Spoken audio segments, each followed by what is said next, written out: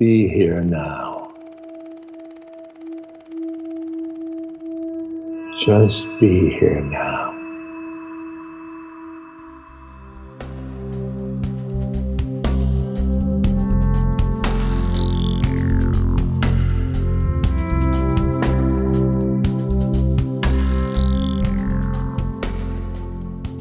Hey everyone, it's Raghu. I'm back with Mindrolling, and somebody brand new to get to know who has this wonderful YouTube channel called After Skool. That's Skool, and of course we'll have all of the link ups in the show notes. Mark, welcome to the show. Thanks for having me. So we have a great mutual friend, Chris Bashinelli, and that's how we got introduced. Chris is a Renaissance man who runs around the world doing all kinds of phenomenal. How'd you meet him, by the way? I've actually never met him in person. Really? We just became buddies through the internet. Uh-huh. Yeah. I thought you might have met him when he was wrestling with a sumo wrestler in Japan, Chris. He knows everybody, though. Yeah, he's really something. Oh, I see. Well, we'll get into what After Skool is and all that, but I'm more interested. Let's say a little bit about it. Let's give us some idea of what it is that you're offering here and accomplishing with this combination of these. I'm going to let you say it instead of me. Sure, it's kind of hard to sum up, but basically I'm an animator, and I take different speeches and ideas and audio soundbites, and I animate over them. And I come out with an episode every 2 weeks, and I usually try to explore some sort of deep philosophical question about what the meaning of life is, or spirituality, or psychedelics, or history, or it's really open-ended. So it's almost like my own personal journey, but I've animated it, and it's kind of evolved on its own, and I've really just pursued intuition, and by really exploring who I am, it's resonated deeply with other people and helped them figure out who they are. And it started off as like a cute little science animation channel where I would pick different scientific topics like, why don't country flags use the color purple? Or what happens when you drink seawater? Or why does February only have 28 days? In the beginning, it was like these cute little videos for kids, but as YouTube changed some of their policies and as I've grown, I kind of started making more adult content. And it's, we're going to Mark's, we just talked about showing one of them, and there's one that's sort of a best of that we're going to show at some point during the podcast, which, now that I'm thinking about it, well, the audio will still be good. I mean, there's people, we're talking about a podcast, although I wanted to show it because our podcasts go up on YouTube as well. Certainly Mindrolling. But even, the sound of it will be pretty good, okay itself. So we'll be able to do that. But I'd love for people to see it. Of course, you'll be able to see it because we'll link it up. Well, just, it sounds like the journey for you is a journey of self-discovery, like it is for all of us as we go through life and as we find a little bit of a deeper meaning than the ones which were presented to us as part of our familial life, as part of our social life, our education, and so on. And we all bump into it at some point and go, wait a minute here, there's got to be something else. It's what happened to me and most of the people that I talk to on this podcast. So what was it for you that went, wait a minute, there got to be something else here other than what's my job going to be? I'm going to get married and have children and raise them and all of that. I guess it started it's hard to know where a story begins, but from day one, my parents actually encouraged me to do art. And before I could even walk, they would throw down a pen on a paper, and I'd kind of like slug myself over, and I'd hold the pen in a fist, and I'd start doodling. And I held my pen like that up until second grade. My teachers were trying to beat it out of me. I was a left-handed artist that held the pen and the paintbrush in a fist. I didn't know I was good at art until, without even knowing it, one of my art pieces was entered in a San Francisco De Young Museum competition, and I won best art piece in this. It was a huge museum. It's like the biggest art museum, probably top 3 on the West Coast of America. How old were you? I was 4 or 5. Oh, you kidding. And they bring in this trophy that's like much taller than me. And cool. At that point I was like, oh, I guess I'm not that bad at art. So that kind of became my thing. And I went through a whole host of different experimentation. I would draw and paint on shoes. And somehow the newspaper, the local San Francisco Chronicle, caught wind of that. And they did a big story on the student that paints on their peers' shoes. Really? And that led, once that article came out, I got a bunch of other opportunities. I worked for a company called Timbuktu. They make biker bags. And I started painting on their bags, and they would auction those off. And the shoe thing really took off, but there's only so many shoes you can paint on. And then it's kind of sad because you work 10 hours on a pair of shoes and then somebody steps in a puddle. So your art is constantly, it only lasts for, a few months because people are stomping around through the mud in them. So I remember in college, somebody showed a video called an RSA animation where somebody was talking and there was a video of somebody drawing on a whiteboard. And I thought, I was so captivated by this video, and I thought I could probably do this. So I guess I just gave it a shot. I took a camera and I started recording myself drawing, and then I sped the footage up to match a voiceover, and it surprisingly came out really well. So I was working at a hospital at the time, and they found out that I could do this. And the first video they asked me to do was how to properly use a condom. And they had me draw, it was like a PSA for young kids. And that did really well. And I guess it was just a succession of things that kept working. And I was like, oh, this works. And then one opportunity would lead to 5 more opportunities. And then I'd get a bunch. There was a line of people that wanted videos. And the clients got bigger and bigger until I was working with companies like Facebook and LinkedIn. I'm in Silicon Valley. So these big tech companies want me to do videos for them. So that was really cool. And then at some point I got really tired of doing art for other people though.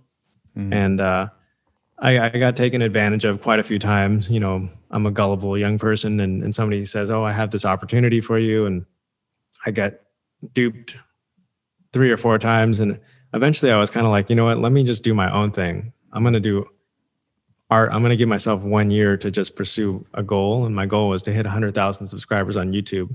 I didn't really know what kind of content I was going to put out, but I knew that was my goal, is just to say no to any job, just give myself, when I was 80 years old, I wanted to be able to turn around and say, at least I gave it a shot for 1 year. And it was funny because I wrote in big letters, hit 100,000 subscribers in 1 year on this date. And literally on that exact date, I hit 100,000 subscribers. Wow. And the funny thing was 6 months into that year, I hadn't even gotten to 1,000 subscribers. So I wasn't even 1% of the way to my goal. 6 months in, I'm kind of like, okay, why am I doing this? I'm doing all this work on videos and nobody's watching them. Nobody cares. I'm not getting paid. But all it takes is one hit. So the first big hit that I had was kind of a criticism on the millennial generation, why millennials do so poorly in the workforce. And that pissed off a lot of people, but sometimes you have to, like, what's the saying? You have to like crack a few eggs to get an omelet. That got a lot of backlash, but that also got a lot of eyeballs on my channel finally. And then I thought, okay, this is how you got to replicate this. You got to make videos that kind of piss people off a little bit, you can't just please everybody. And so those hit the algorithm on YouTube. It's all about the algorithm. And Getting people that have pretty big followings to share the video helped a lot too. Like Joe Rogan was an early person that promoted some of my videos that really helped. And then my big hit was a video titled "Why Don't Country Flags Use the Color Purple?" So a lot of the videos I make are original. Well, I'll write the script. So this was an original video. And I guess it was one of those questions that you kind of never think about, but then you see the question and you want to know the answer. Why don't any countries use purple on their flag? I want to know the answer. You know, and it's something you never think about, but you see that question and you just have to click the video. So that video got 10 million views. Jesus. And then I kind of just blew up. And I turned that video into a book, and I've been trying to replicate that same style, but it was childish and fun, but that's pretty much how I got my start as a YouTuber. Okay, so I'm gonna reel you back a little bit, because what really interested me, because I'm in, this podcast is all around consciousness, etc., is some of the great people that you have taken talks and animated, from Eckhart Tolle to Sadhguru and on, and Alan Watts, and I know. And by the way, everybody, no, he doesn't have a Ram Dass one. We've talked about it, and I'm waiting for you to come to me and go, here, give me something so I can do it. So anyhow, I had some more evolving to do before I got to that one. I see. Well, okay, so that's a good word. Obviously, you've picked, different people who have different points of view around the spiritual path, around consciousness.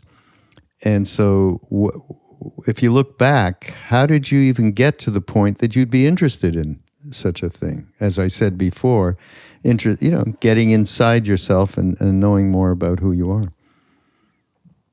Where does that all come from? Yeah, you're going to tell me, it could be an acid trip, 3 years ago. I mean, I was born as a Christian and raised up until my teens as a Christian, being forced to go to church all the time, and I started to resent it. And eventually, my parents were like, you know what? If you don't want to go to church, you don't have to. And then I was kind of a self-proclaimed atheist for a bit, and you know how like teenagers are. They're like, oh, like God doesn't exist, that nothing matters. They're nihilists. Yeah. And then eventually I realized that there's things in life that I want. How do I get them? I can't just be this angry person and get this abundance into my life. So I was drawn towards things like law of attraction and like Buddhist sayings and Eastern meditations and yoga and things like that. That started to appeal to my thinking. And then I came to really love spirituality, and this stuff works. This stuff is productive to my life. And then I stumbled upon Alan Watts. And it starts with Alan. Yeah, Alan Watts was probably the first spiritual teacher that I got really into. And then I would give credit to Joe Rogan a lot too. Really? I listened to quite a few of his podcasts, and he turned me on to like people like Graham Hancock, which got me really interested in these ancient mysteries and like almost like Indiana Jones. You're trying to find these like lost stories. And then Randall Carlson, and that turned me on to Paul Stamets with the mushrooms. And I for me in mushrooms, I really like just not not even just for the psychedelic nature, but I really like going out into the forest and hiking and then looking at mushrooms and photographing them. And I got a book and I'd ID them, and I don't know, something about fungus and mushrooms just really interested me. And then I found there's a whole community of people in almost every city that meet up and talk about mushrooms. And so I got involved in some of those. Amazing. Do you know? It's quite a community. Yeah. Do you know the Louis Schwartzman movie, Fungi? Yeah. Yeah. It's really popular on Netflix right now, huh? It's unbelievable. Yeah. He's a great guy with all that slow-mo stuff that he does. It's really, really great. So it sounds like these roads just converged for you in terms of what you really love to do, and you had that purpose going from when you were a child, obviously, and then the category of this kind of wisdom coming to you, and you churning it up through both internal reflection and also externally, actually putting this on, in motion, literally in motion, right? Based on what the talk was about. It's very unique, Mark. It's really great. Yeah, there's this idea that I got from an author named David Foster Wallace that I really like. He says there's no such thing as atheism, that everybody worships. The only choice we get in life is what to worship. And if we kind of we've moved into this new time where we've moved away from information, we've formed a new civilization. Our civilization was originally built around religion, and that those common beliefs tied us together. But we're moving away from that, and that's good in some ways, but in other ways it's very chaotic because we don't have that common set of beliefs that tie us together. So we're going off and we're finding God in other places. Some want to worship money or celebrities or intellectuals or science or power. You know, in reality, what ties us together, and actually some of the ancient ways of being, which are still reflected by virtue of indigenous tribes and so on. I mean, it's a little bit away from what you were saying, but I don't think that far, because losing our way in terms of connectivity, for instance, with nature, and look what we have done to nature. We have, since the Industrial Revolution, and look where we are right now, and paying enormous. I mean, we're all hoping that the price isn't too high for what we have done, and whatever is renewable, I have misgivings about it, but we all need to pitch in and see what we can do. This pandemic is an absolute result, in my mind, of this, and really reflective of what we've lost, which is, I think, what you were talking about, when the commonality and basis for which we all connect with each other slips away a little bit, and that includes respect for nature, respect for each other, the cutting through polarization. All of these things are as a result of losing that what you talked about, losing that the connectivity we had through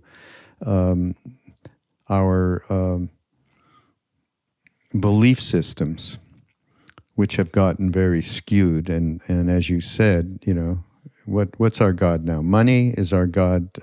I think, and by the way, this is a good segue into one of the videos that you did. I thought was so absolutely reflective of what's going on now. And I think you did this with a group called Academy of Ideas. And it's around mass psychosis and the epidemic of madness that we're in. Talk about that a little bit, and how you got together with those guys, and what they were trying to get across, and how related is to now. I don't know when you did this thing, but boy, is it relevant. Yeah, Academy of Ideas is one of my favorite channels. I love they research things for such a long time, and I've been a big fan of theirs. And we had been talking about a collab for over a year, and they said we're working on this really big idea that's very relevant for today. And I said this is going to work. I could feel how relevant this was, this mass psychosis idea. And we're living in this time of great censorship. You have to be very careful with what you say, or else you'll get shut down right now. So we took this approach of examining mass psychosis, which is when an entire population gets struck by a mental illness. And we looked at witch hunts and totalitarianism in the past, and these things that just sweep an entire civilization. Huge population of people will latch onto some crazy idea, and everybody goes along with it. And it's wild because they all follow the same kind of stages where people are very afraid, and some kind of psychopath plays on their fears and says, I have all the solutions, follow me. And when Sounds you're in a state vaguely of familiar, actually. right, so we don't actually talk about what's going on today, but it's so easy to see the parallel. So we go over the stages, and I don't know. This video really it caught on. It's only been out for about 2 weeks, and it has nearly 3 Oh, it's million new. views. I didn't know that. Yeah, it's very new. Oh, Yeah. wow. So it really, and the funny thing is, I've gotten thousands of messages and emails after that video, and it's quite clear.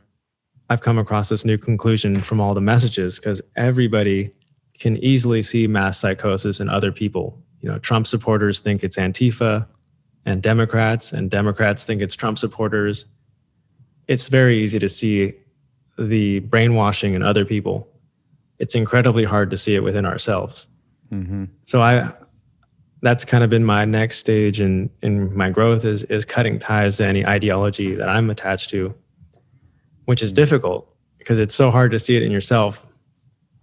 But I was just reading a chapter from Jordan Peterson's new book, 12 More Rules for Life. And he was talking about how if you cling on to an ideology, you'll be in a world surrounded by enemies, bent on your destruction. And he says it's far more appropriate to think that you are the cause of the destruction of society. It's much more psychologically appropriate to look within and think that you're the cause of the world in this chaotic state.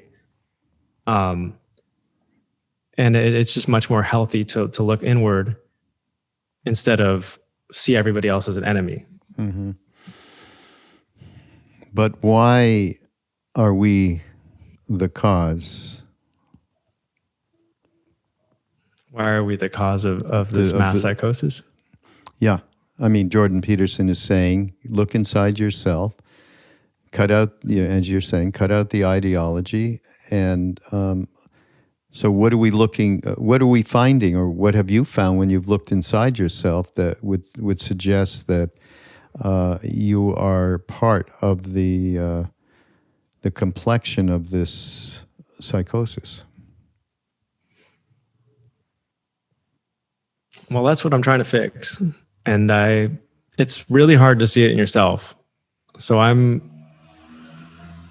just trying not to judge anybody, because who am I to judge? I'm not telling anybody how to live their life, because I don't think I have all the answers. I've definitely been wrong in the past, and I'm definitely going to be wrong in the future, and I may be wrong now. So kind of looking at it from this humble place of just, if somebody is really charged up and angry, not blaming that person, kind of seeing their actions as the end point of a whole set of circumstances that happened up until that point, all their life experiences that led up to them behaving that way, and not judging them for what they're doing in that moment. Kind of just seeing them it's kind of like cause and effect. And I believe we have free will, but that type of thinking, sometimes I like to think of people as not having free will, because it makes me not hate anybody, not judge anybody, not blame anybody. If I see, you could even look at the worst people ever. Like, I don't know, you could look at Hitler, and we think, let's blame Hitler, he's the worst person ever. But if you don't really believe in free will, or if you kind of look at it from everything's just cause and effect, at one point Hitler was just a baby, and all these things happened in his life that led to that final endpoint. So in some ways, I think it's healthy to look at people in that way. Like if you get flicked off in traffic, don't hate the person. Just say, you know what, maybe they're late to pick somebody up from the hospital. Maybe their son got injured and they're rushing to the hospital. You don't know, So just coming from that place of just not judging anybody, and not telling anybody how to live their life, because I certainly don't have everything in order in my life, and just kind of staying in my own lane. Yeah. Ram Dass used to say about people whose actions are very harmful, don't hate the actions, not the person. The person is somebody deep down inside wants the same things we all want. We all want to be loved. We want to be safe. We want to be happy, basically. And that's a very difficult thing to do, of course. And what you're saying is absolutely true. That we just create polarization by we have our ideology, and it doesn't fit with them. It's us and them all the way. But I also would say that in my own experience, let me just say it out front. People get worked up. That's okay. But I think I did a podcast and maybe made some references to Trump last year that were negative. They weren't harmfully negative, but they were just negative. And I got some mail. And it was, so you have to be a Democrat to be spiritual, that kind of thing? Or, just really offended. And I actually wrote back to at least one of the people. And I said, first of all, I'm Canadian, so I have a much different view of the political situation in this country, a different perspective, shall we say. But I'm not talking about the policies that he or anyone stands for. I may disagree or agree with. I'm talking about kindness. I'm talking about compassion. And this is not something that is being transmitted by this being. And I think that's as valid as to say, hey, you have your ideology, you got to get rid of that because you're just creating polarization. That's true too. But there is a deep truth for all of us, and that is, it's like people saying, I want to get enlightened. Forget about getting enlightened. Get kinder. It's what His Holiness the Dalai Lama says, kindness is my only religion. So I think that, for me, it has to operate at the same time as what you were quoting Jordan Peterson, actually. Yeah, I've tried my best to stay out of politics, and perhaps that's why my videos are doing pretty well right now, is everything's become so political, and it's almost like you have to choose a side. And I've been trying to sift through the chaos and just ride down the middle and inspire people to say that you don't need to choose a side. You don't need to pick one side or the other. You can make your own side. Well, hopefully that's what I'm saying. That's absolute true.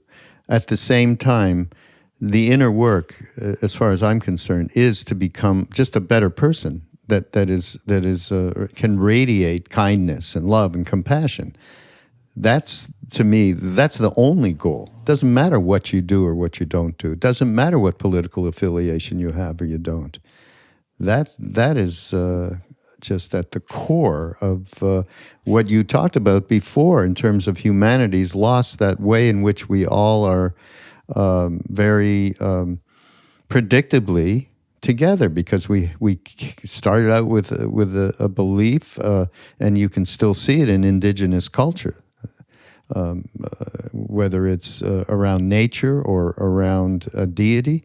And now, of course, it's become, over the centuries, extraordinarily polarized.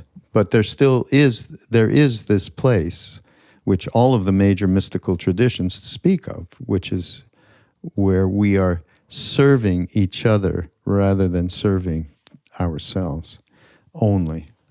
What's great, so the other thing I found, you did this thing, I love Aldous Huxley. So you did a thing, you how did that come about? Were you aware of Aldous Huxley? I wasn't too aware. I've heard the name quite a bit, and I think even in middle school or high school we had to read the book, but I haven't looked at Aldous Huxley for quite some time. And then a good one of my people I really like, Robert Kennedy Jr. He started posting a lot of things from Aldous Huxley, and I really resonated with those quotes. So that caused me to look back at his very old lectures from the late 50s and early 60s. And he had a talk at UC Berkeley about brainwashing and how there's a breakdown of 20% of the population can easily get brainwashed or hypnotized or succumb to a placebo. 20%, no matter what you do, will not be hypnotized. They will not, a placebo will have no effect on them, and they can't be brainwashed. And then 60% of people are kind of in the middle, and they can be swaying either way, but they're really kind of neutral. So he said the battleground is really over this 20%. If you can take hold of this 20% of the population, you can create a movement it doesn't have to be based on any facts. You can kind of radicalize people and get them to do anything. And again, that falls into that same category as the mass psychosis video. Yeah, where that's why it was a perfect connection. Yeah. It wasn't talking about what's going on today specifically, but it's so easy to see the correlation. And it's called Love Your Servitude, right? Aldous was talking about getting people to consent to what's happening to them. Yeah, it's unbelievable. Get people to love their servitude. Scary thought. I'm pondering a video right now. I think I'm going to make it, but it's about the cycles of democracy. And democracy, it usually begins in bondage, and then through great faith and great perseverance, people unite and they break out of their chains and they come into a freedom and abundance.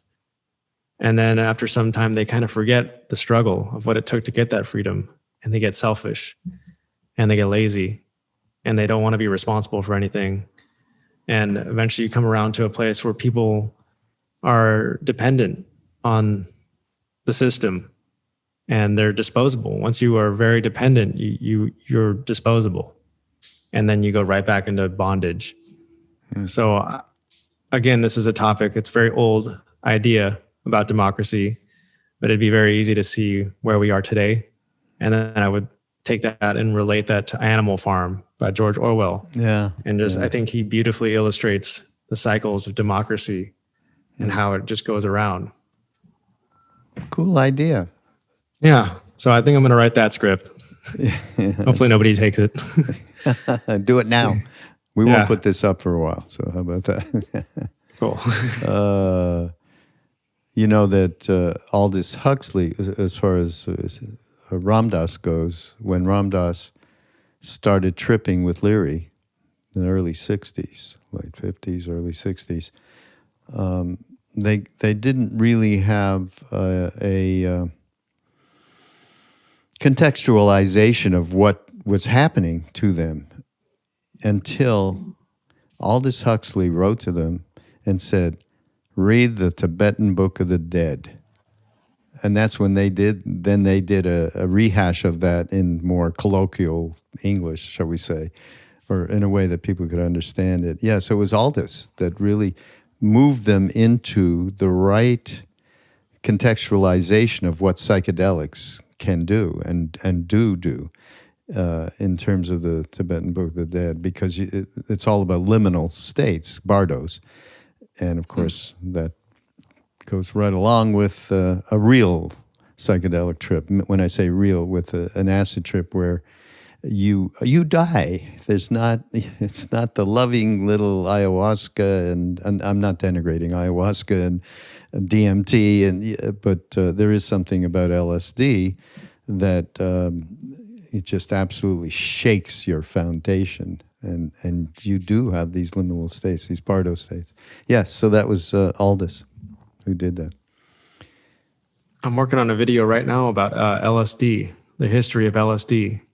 And there is a mention of Aldous Huxley in it about the little gatherings they would have with Alan Watts and Aldous Huxley in Los Angeles and around California. So, it's interesting, the history of LSD, where it's kind of an amplifier. It's neither, it can amplify good or it can amplify evil. And the government sure tried to use it for evil through MK Ultra and these operations like Midnight Climax, and they tried to make it this kind of torture mechanism. But in the end, they couldn't, because it ultimately made people loving and freed their mind. So they did these experiments. I think I've mentioned this before on another podcast, but it's just reminding me. They did this experiment in Montreal, where I'm from, at McGill University, one of the top institutions in Canada. And McGill University had this whole psychiatric department.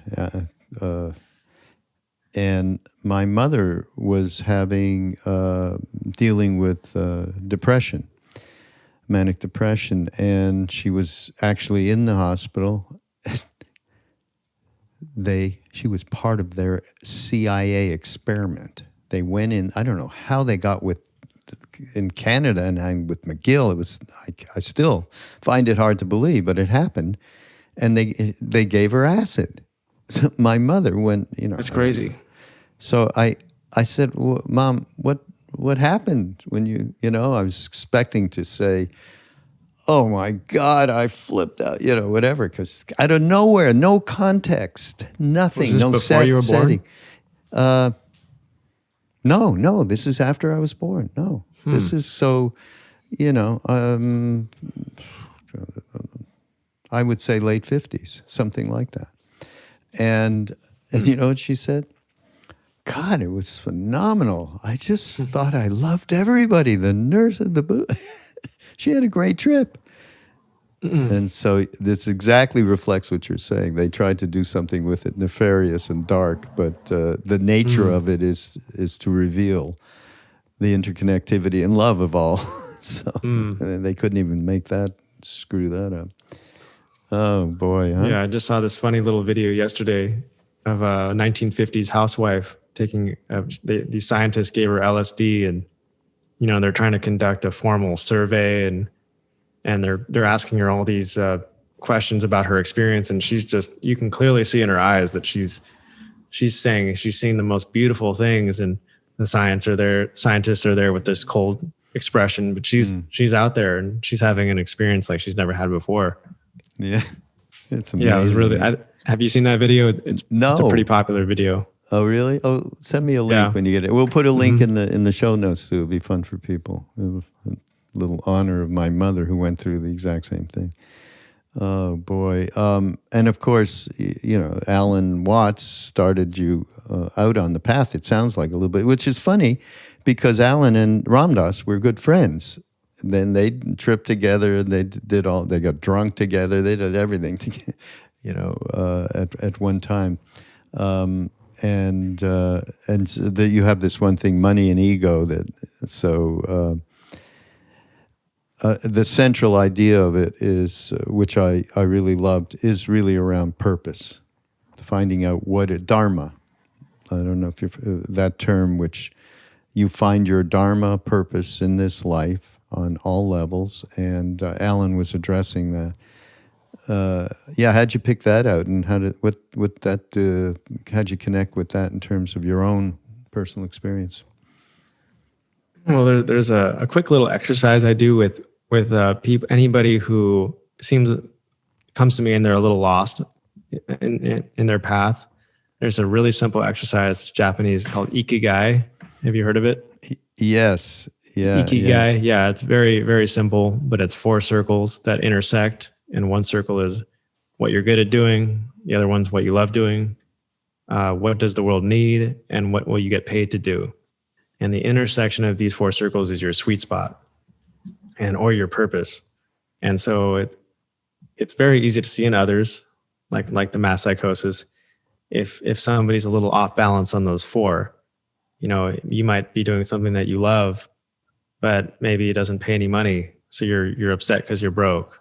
Or you might be really good at it, but you don't love it. So you're miserable. Or maybe it's something that the world doesn't need. So you're making all sorts of money, but you're like, I'm not really contributing to making the world a better place. So if you meet all those 4 standards, you kind of feel like you're in alignment. So that's kind of how After Skool was born. Is I've been kind of going between those 4 circles and just finding where's that sweet spot. and then kind of worrying about the money a little less, because I've always been very certain that if you create value, the money will just come. And that seems to have always worked. So I was like, how can I impact the most people's lives in a positive way? And even to this day, I haven't really monetized After Skool too much. I'm not really selling anything. I don't have that many sponsors on, maybe 1 out of 8 videos will have a sponsor. So I'm not really trying to make it this like behemoth of money making, but it's working. It's all working out. Well, that might be a good thing for us to connect people with Ikigai. How about you'll send me a note. I mean, we're doing this in the middle of the podcast, but I'm just thinking that this would be a fabulous thing if we could hook people up to this practice. Can we do that? Yeah, I've used that principle in quite a few videos. Oh, okay, great. I can send you any. I have a video about how to overcome adversity. Okay, and that is one that I did take a pick at, and I knew you had, which is really it's how to overcome adversity. Start with knowing yourself is really it.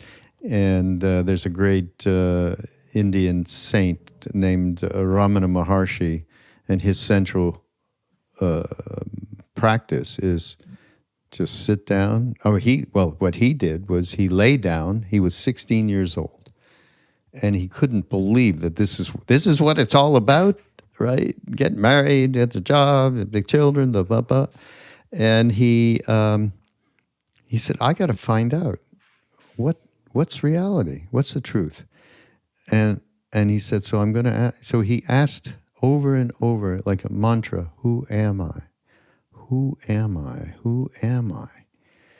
And all night long, he did this until he had a realization of the truth behind the body and the emotions and the mind and all of it.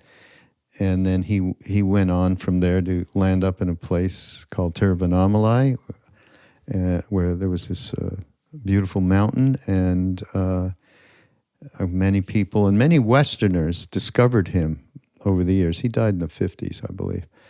But that is a central path, which is, as you put it, know thyself, connecting with authenticity, with your own authenticity.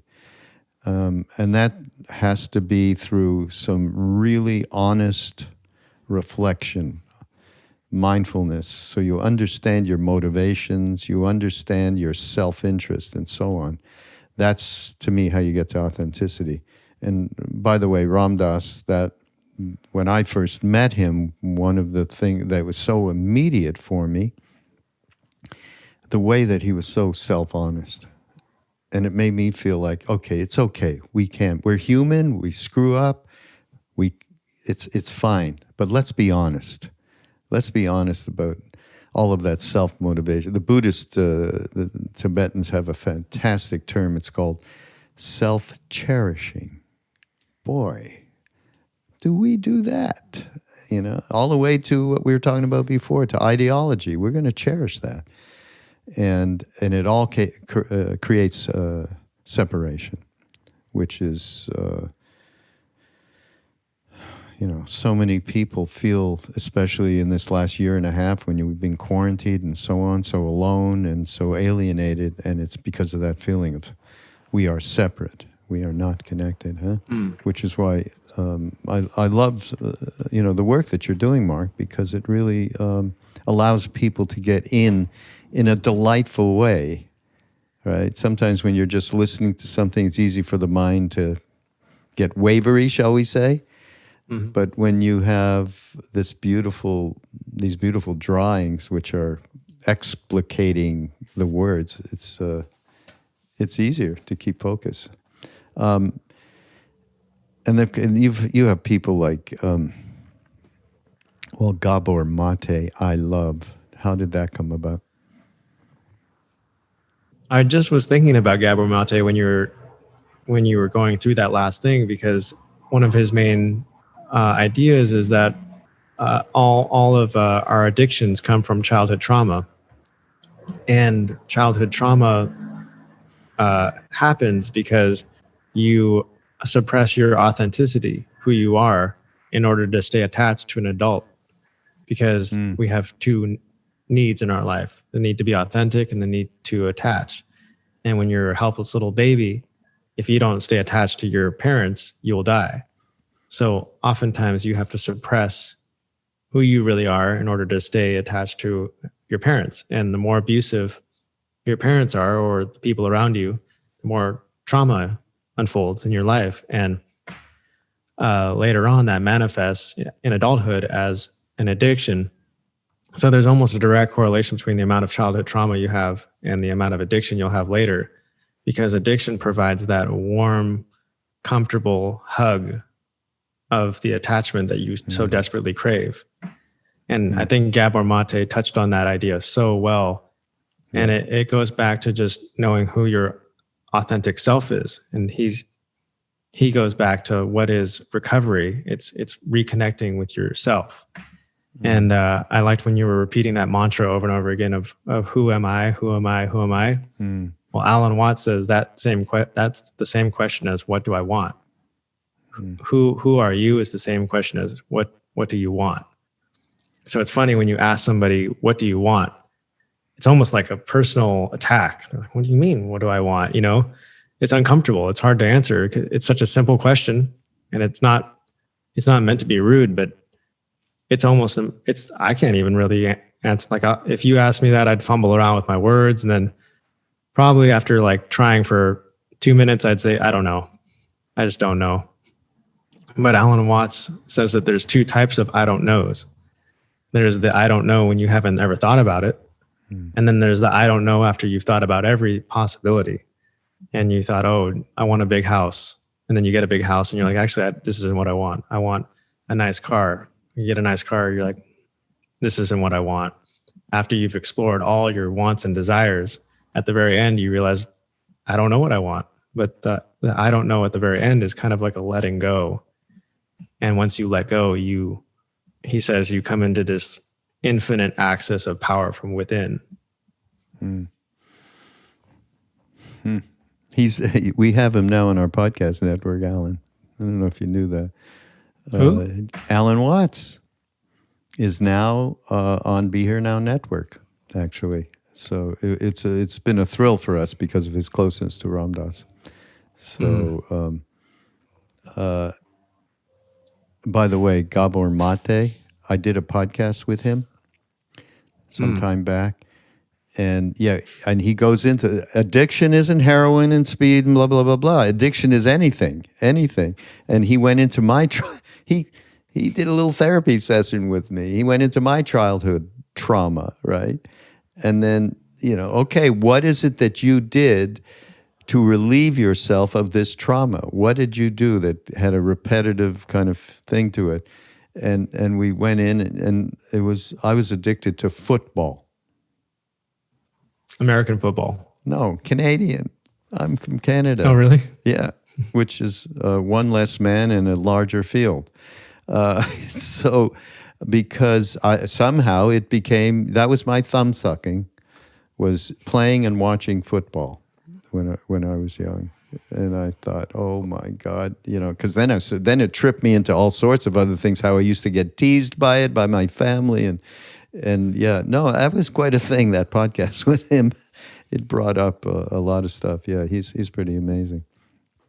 Is that really such a bad thing to be into football, though? It wasn't the football itself. It was the emotion, the way I related with it emotionally. To this day, I'm less enamored, mostly because the New York Giants suck. Of football, that was my team. It's if you put the game on, if it was on, after I got, summer, so there's no football, or it's starting, just the field and the grass and the players and the helmet, it does some kind of relaxation thing for me. It's insane. Okay. Well, it's escapism. Yeah. Yeah. It allows you to escape reality for a little bit. I love watching sports. Yeah, because you get to leave. It's almost like a soap opera in a way. I've heard it's called a soap opera for men, because I listen to sports. Yeah, really. I'm not listening to like woke seminars most of the time. I'm listening to sports podcasts, who's on what team, what trades are happening. I'm guilty of that more than anything. So I thought we were about to talk about football for a while. Yeah, well, we have a lot in common here, it looks like, because I'm doing the same thing. It is cool how, I'll listen to a lot of football podcasts, and it seems like a silly waste of time, but I can go to any city almost, and if another individual is into football, we can have an instant connection. And I just spent last week with my uncle who lives in Louisiana, and we have almost nothing in common. He's like this huge 400-pound guy who eats like fried food all day. And once we got on football, though, we had 4 hours of stuff to talk about. And then we watched the preseason game, a completely meaningless game, but we sat around the TV and we completely bonded over it. So, yeah.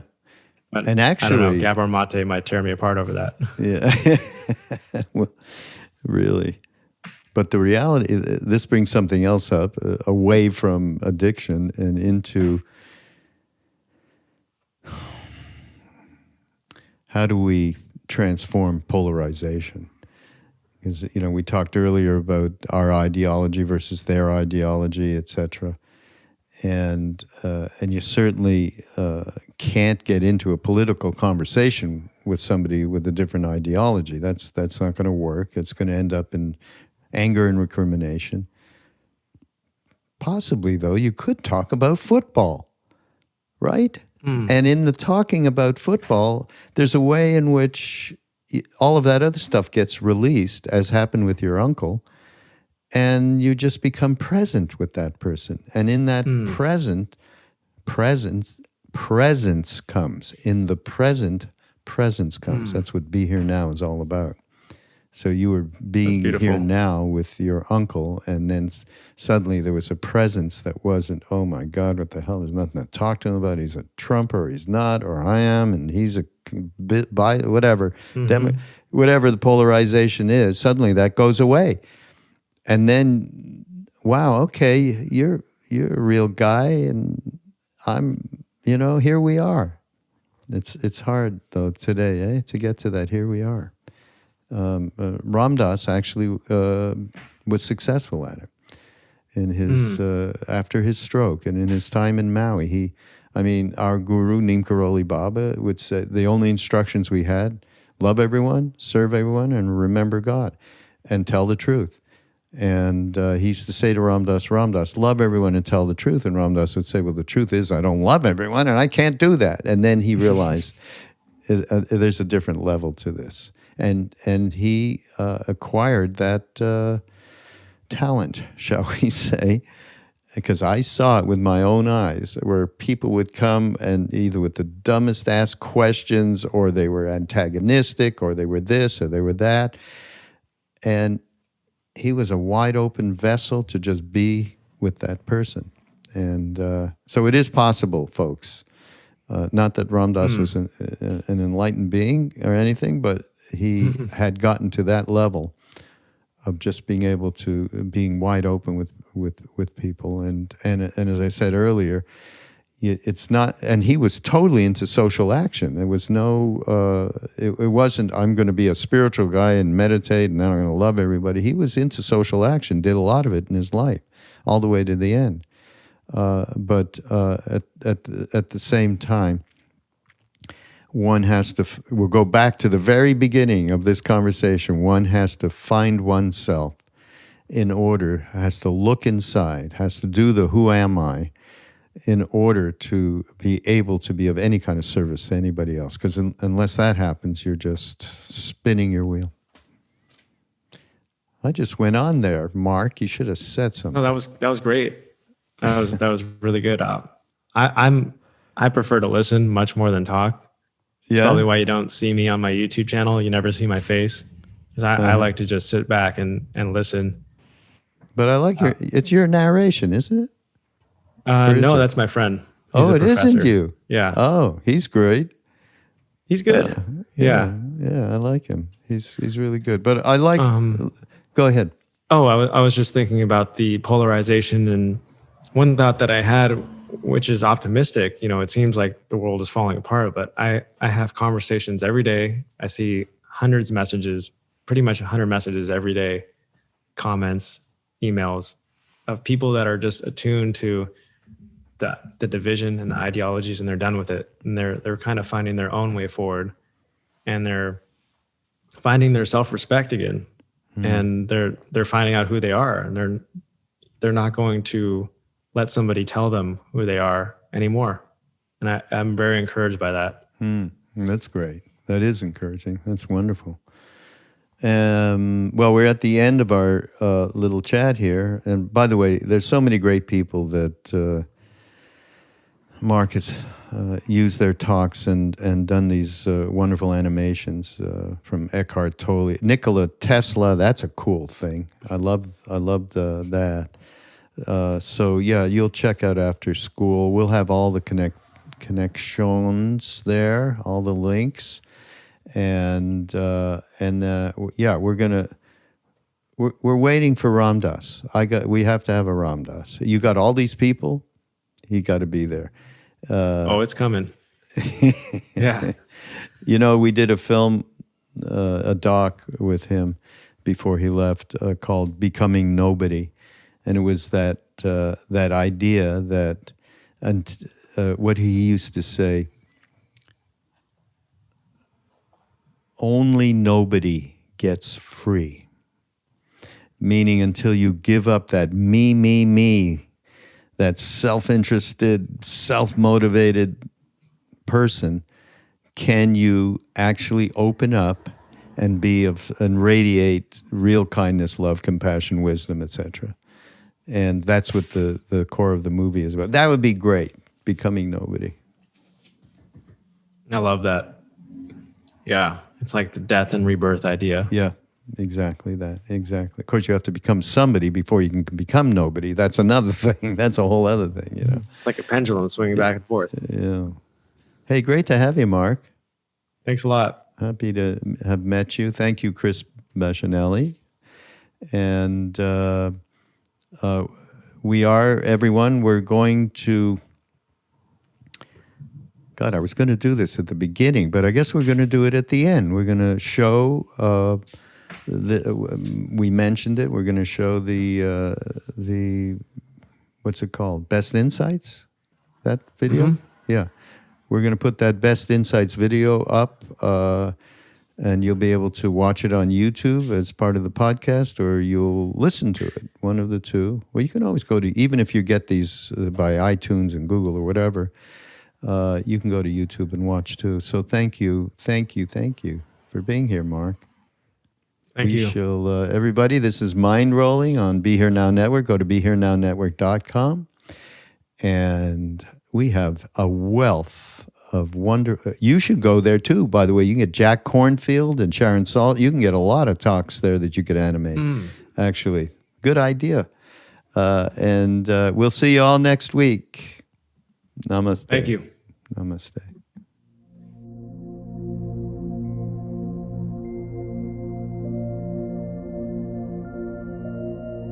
To the extent that I am anything at all, we could consider me as a separate entity, a set of predisposing characteristics, a program that is manifesting by taking a human birth at this time. I have taken a birth into a body, and that body has with it a personality. I've taken a birth into a personality, and that personality is in a body. And I am going through a set of experiences which is called living life. And these experiences have a certain function. These experiences, if used consciously and intentionally by me, are vehicles through which I can awaken to who I am in truth. Let me take you through an example I often use, just another little metaphorical image and an analogy. Imagine, for example, that you have next to your eyes a little control switch, and you look at another human being on channel 1. And what you see when you look at the other human being is a physical body. Man, woman, old, young, fat, thin, pretty, handsome, ugly, interesting. If you're a scientist, you might call them mesomorphs, ectomorphs, and endomorphs. Okay? It's a matrix of individual differences on physical plane. It's the plane of standing on the corner watching all the girls go by. It's that reality. Now let's just say you're looking at another person and you flick your television receiver one channel. Now you look at another person and what you see is their psychology. Oh, you're a manic depressive. Oh, you're a happy person. I wish I was happy like you. People in psychotherapy live on this channel usually. They're totally preoccupied with their own depressions, elations, fears, anxieties, loneliness, hopes, etc. And that's reality. That's the real you. And the physical body is merely the carrier of that. Well, let's flip it again. Flip it again and you look at another person, and if you are so trained to be able to see on this channel, you would say, oh, I know who you are. You're a Libra. I can tell because of the... You're a Sagittarius. On this channel, on channel 3, there's only 12 beings in the universe and various permutations of them. Okay? You are now seeing what could be known as the astral identity of an individual. You're seeing another plane of reality. You're seeing another way of looking at individual differences. These are 3 ways of looking at individual differences, 3 matrices, if you will. But now you flip the dial once more. It starts to get interesting. Now if you flip the dial and look into another person's eyes, you flip the dial inside your own being and look into another person's eyes, what you see is another being looking back at you. Inside an astral configuration, a personality, and a body. You in there? I'm in here. How did you get into that one? And you see what the Christians call soul. You see another soul. You see another being just like you. No different, just like you, just another being. And that you see that all the individual differences are all of the stuff in which this being is encased. Now, you could almost be comfortable with that one, but we unfortunately must flick the dial a few more times. I mean, I must take you the whole journey. You flick the next dial, and what you see when you look into someone else's eyes is you see yourself looking at yourself, looking at yourself. Because on that plane, there is only one of it. It is one awareness that is in a multiplicity of forms. And finally, if you will allow me to flick the dial just once more, if you haven't given up completely yet, you flip the dial once more, and you disappear, and I disappear, and the dial disappears. And we're dealing with what the Buddhists call void, or in the New Testament, before the word. That is, before the vibratory uniqueness. Or why God is not able to be spelled in the Hebrew religion. It's unspeakable, unknowable, unseeable, unconceivable, inconceivable. Okay, now, of all of these channels on the television set, who are you? Which one do you want to settle for? You want to be middle-aged? How about that one? I mean, I'm middle-aged. I guess I'm middle-aged. I have a 47-year-old body. It's like I have also a 1974 Dodge van. But you say to me, who are you? And I don't say I'm a Dodge van. Why do I choose to identify with this? Well, if I don't pick body, should I pick personality? I'm somebody on the path. That's a good one to be. I'm a curious person. I'm curious about the future. That's a good one. I'm a responsible person. Well, I'm kind of wild. I'm lazy. I'm working on myself. These are all different psychological takes of who one is. Each plane, each turn of the dial has a different statement of your identity, and each one is getting into a more and more profound place. Now when we come back to who am I, which channel are you talking about? If we start from the top and go on down into the grosser planes, I am the void who manifests as the one, who becomes the many, who has a unique set of factors to work out through a unique astral, psychological, and physical body. That's what I'm doing on Earth. I have taken a body to do certain work. And when I finish that work, I will drop that body. We are dealing here with the issues of karma and reincarnation. Now, in the West, after the councils of Trent, Constantinople, and Nicaea, anywhere from about 200 to 500 AD, these ideas were roughly thrown out of Christianity because they didn't make the church a workable situation. Because when you had reincarnation and karma, every human being became their own priest, because it was between you and God. And for the church to keep its own control and see its function as keeping people morally living properly, it had to get rid of those concepts.